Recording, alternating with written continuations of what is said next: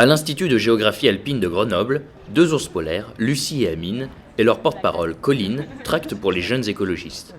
Le but ? Sensibiliser les Grenoblois à de nouvelles valeurs, une nouvelle société, malgré les critiques. Ça n'a rien d'utopiste, ça n'a rien de bobo. Aujourd'hui, il y a un Grenoblois qui meurt tous les 3 jours à cause de la pollution. Il faut faire quelque chose. Aujourd'hui, il faut qu'on repense notre système. Eux, ils restent bloqués dans le XXe siècle, mais aujourd'hui, on est au XXIe siècle. On se rend compte qu'il y a le réchauffement climatique. On se rend compte qu'effectivement, il y a des gens qui passent des heures et des heures dans les embouteillages.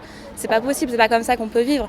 En vélo, le vélo en ville, c'est le mode de transport le plus rapide avec les transports en commun.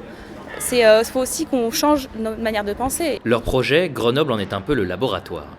Moins de pubs, agriculture et alimentation saine, adoucir les mœurs.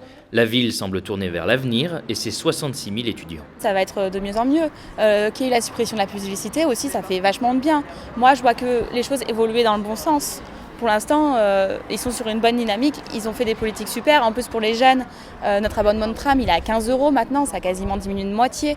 C'est aussi un pouvoir d'achat qui a augmenté. Les musées, les bibliothèques sont maintenant accessibles aux moins de 26 ans et pas qu'aux étudiants gratuitement. Et c'est super parce qu'en fait, quand on a moins de 26 ans, il y en a beaucoup qui sont plus étudiants à moins de 26 ans. Donc c'est vraiment aussi une ville qui est faite pour les jeunes et qui s'adapte et qui est sur une phase de transition écologique. Pour Colline et ses ours, pas de doute, Grenoble, ce n'était pas mieux avant.